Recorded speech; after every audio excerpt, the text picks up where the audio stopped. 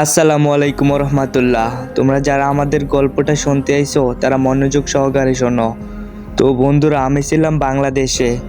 একদিন আমার আব্বুকে বলি, আব্বু আমি বিদেশে যাব, আমার অনেক টাকা কামাতে হবে। তখন আমার আব্বু বলল যে হ্যাঁ, তোমাকে তো বিদেশে আনবো। তোমাকে যদি বিদেশে আনি তাহলে ইরাকে আনবো।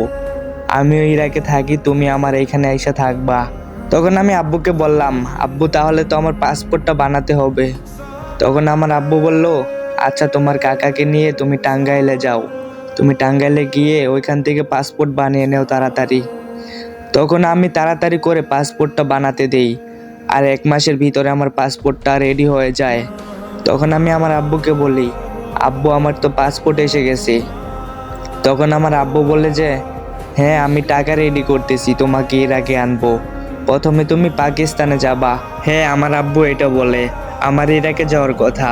তখন আমার আব্বু বললে যে তুমি পাকিস্তানে যাইবা, ওইখানে থাইকা কিছুদিন, তারপরে তুমি ইরানে যাবা। তখন আমি আব্বুকে বলি, আচ্ছা ঠিক আছে আব্বু, তাহলে আমি পাকিস্তানে চলে যাই।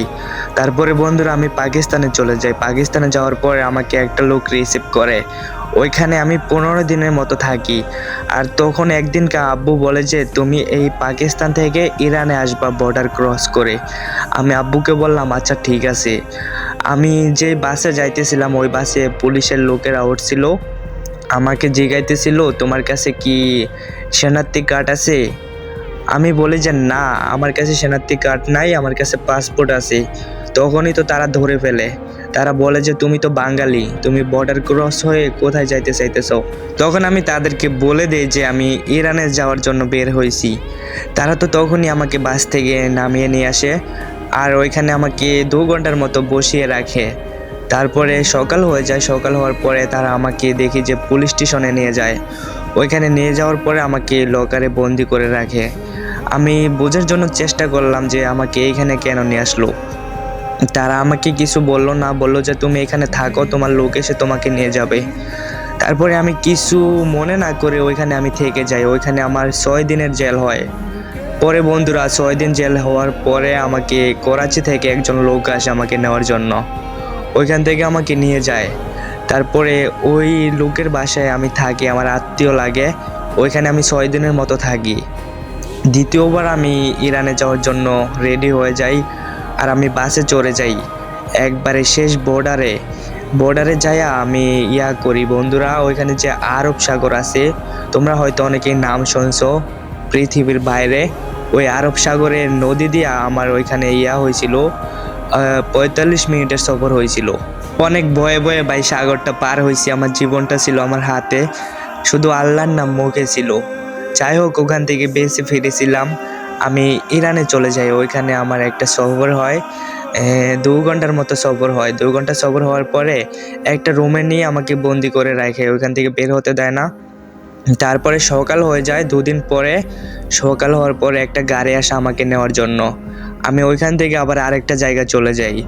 ওইখানে যাওয়ার পরে আমাকে বলতেছে যে পাকিস্তানি টাকা দিতে হবে, তোমাকে 50,000 টাকা দিতে হবে, তাহলে তুমি তেহরানে যাইতে পারবা। এটা কিন্তু বন্ধুরা ইরানের ভিতরে। তারপরে যাই হোক, আমরা ফাইনালি তেহরানে চলে যাই। তেহরানে চলে যাওয়ার পরে আমরা রওনা দেই ইরাকে যাওয়ার জন্য। ওইখানে আমাকে একটা গেম রুমে বন্দি করে রাখে প্রায় 4 দিনের মতো। 4 দিন পরে আমাকে নিয়ে যায় গাড়ি দিয়ে বর্ডারে। ওইখানে ছিল বরফের রাস্তা, আর পাহাড় ছিল, পুরোটাই ছিল পাহাড়। বিশাল বড় একটা পাহাড় ছিল। ওই পাহাড়টা হাইটা হাইটা আমাকে 1.5 ঘন্টার মতো রাস্তা পার হইতে হয়েছে। ওই পাহাড়ের ভিতরে আমি হাইটা যাইতেছিলাম, এমন একটা অবস্থা ছিল, আমি ওইখানে দাঁড়াই থেকে দেখতেছিলাম নিচে, এমন একটা নিচে ওইখানে যদি কোনো মানুষ পড়ে ভাই, ওর কোনো অংশই থাকবে না। না জানি মাথা ফেটে যাবে, না হয়তো মারা যাবে, ওকে খুঁজে পাওয়া যাবে না, এরকম একটা উঁচু পাহাড়। আর ওইখান থেকে ওইখানে আমি হাঁটতেছিলাম, আর আমার পা ভাই পিছিলা যাইতেছিল। আমি শুধু আল্লাহর নাম নিতেছিলাম, একবার যদি পড়ে যাইতাম আমার জীবনটা চলে যেত। যাই হোক, ওখান থেকে আল্লাহ আমাকে বাঁচিয়ে নিছে। তারপরে 1.5 ঘন্টার পাহাড় আমি হেঁটে হেঁটে পার হয়ে ওখান থেকে আমি একটা গেম রুমে চলে যাই। ওইখানে আমাকে একদিনের মতো ওইখানে রাইখা দেয় একটা রুমের ভিতরে। আমার সাথে আবার লোক ছিল, আমি একা ছিলাম না। পাকিস্তানে ছিল আমার লগে 23 জনের মতো, আর বাঙালি ছিল 4 জন।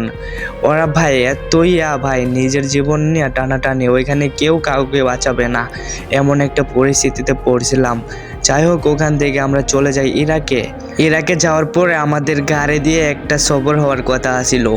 আমার আব্বু যেখানে থাকে না ইরাকে, আব্বু থাকে বাগদাদে, আমার বাগদাদে যাওয়ার কথা ছিল। আমরা গাড়ি দিয়ে যাইতেছিলাম, আমাদের সাথে ছিল আমরা 3 জন বাঙালি আর 23 জন ছিল পাকিস্তানি আর 2 জন সুরিয়া, আর ছিল আফগানি ছিল 2 জন। আমরা সবাই মিলে গাড়ি দিয়ে যাইতেছিলাম, ওটা ছিল একটা ট্রাকে করে আমরা যাইতেছিলাম। আর আমরা এমনভাবেই যাইতেছিলাম, আমাদেরকে এমনভাবে শোয়েছিল, আমাদের যে পাখনা আছে না ডেনা, এটা নড়ানোর কোনো উপায় ছিল না। একজনের ওপরে আরেকজন, আরেকজনের ওপরে আরেকজন, এইভাবে আমরা যাইতেছিলাম। ওইখানে একটু শব্দ হয়েছিল, যার কারণে পুলিশের লোকেরা বুঝে ফেলছিল। তারা আমাদের গাড়িটাকে ফলো করে এক পর্যায়ে আমাদের গাড়িটাকে দাঁড়া করে ফেলে। তারপরে ভাই ওইখানে দেখি যে অনেকগুলো সেনাবাহিনী চলে আসে, আর আমরা দেখিও নাই যে ওইখানে পুলিশ আছে, সেনাবাহিনী আছে, ওইখানে সিআইডি ছিল, সাংবাদিকের লোক ছিল। আমরা এইগুলো দেখতেই পারি নাই, আমরা ছিলাম গাড়ির ভিতরে। তো এক পর্যায়ে গাড়িটা দাঁড়া করে আমাদেরকে গাড়ি থেকে নামায় আর আমাদেরকে সিরিয়ালভাবে বসাই দেয়। ওইখানে সাথে সাথে সাংবাদিক চলে আসে, সাংবাদিকরা ভিডিও করতে থাকে, আমাদের এক এক করে ফটো নিতে থাকে, ভিডিও নিতে থাকে। যাই হোক, আমরা ওইখানে ধরা পড়ে যাই। ওইখানে তো আর কিছু করার নাইকা, ওইটা আমার ভাগ্যে ছিল। আর ওইখানে ইরাকে আমাদেরকে আটকায় রাখছিল জেলখানায়। ওইখানে আমাদের 30 দিনের জেল হয়েছিল। 30 দিন বাদে আমাদের কাছ থেকে টিকিটের টাকা নেয়। টিকিটের টাকা নিয়ে আমাদেরকে টোটালি ইরাকে থাকতে দেয় না, বাংলাদেশে পাঠিয়ে দেয়। আমি ফাইনালি চলে এসেছি বাংলাদেশে। मैं तो হিন্দি सीख लिया उधर जाने के बाद। তো বন্ধুরা, আমার গল্পটা কেমন তোমাদের কাছে হয়তো ইউনিক টাইপের লাগতে পারে। যাই হোক বন্ধুরা, আমার গল্পটা কিন্তু সিরিয়াস, আমার লগে ঘটছে ভাই। আমি বাংলাদেশে আইছি জানুয়ারি মাসের 1 তারিখে। আমার লগে ভাই যা ঘটছে তোমাদের সাথে যদি ঘটতো ভাই, আমি এমনটা চাই না, এমনটা বলতেও চাইনি ভাই। আমি অনেক বিপদ ভাই পাড়ায় আইছি ভাই, অনেক কষ্ট হয়েছে জীবনে। যাই হোক, এখন আমি ভালোই আছি। আমি দেশে আসার পরে একটা নতুন পিসি নিয়েছি 52,000 টাকা দিয়া। তো যাই হোক বন্ধুরা, আমার যদি গল্পগুলো তোমরা আরও শুনতে চাও, আমি তোমাদেরকে ভেঙে বললে ভিডিওটা অনেক লং হয়ে যায়। তো যাই হোক, এরপরে আমি আমার পুরো গল্পটা তোমাদেরকে শোনানোর চেষ্টা করব ইনশাআল্লাহ। তোমরা আমার চ্যানেলটাকে সাবস্ক্রাইব করে নোটিফিকেশন অন করে দাও। আর বন্ধুরা, আমার নাম কিন্তু রায়হান। তো যাই হোক, চ্যানেলের নাম অন্যটা। এই নামে কিন্তু ভাই আমি চ্যানেল খুলবো না, কারণ আমার নামটা আমি ভাইরাল করতে চাই না। আমার গল্পটা হচ্ছে চকলেট গল্প।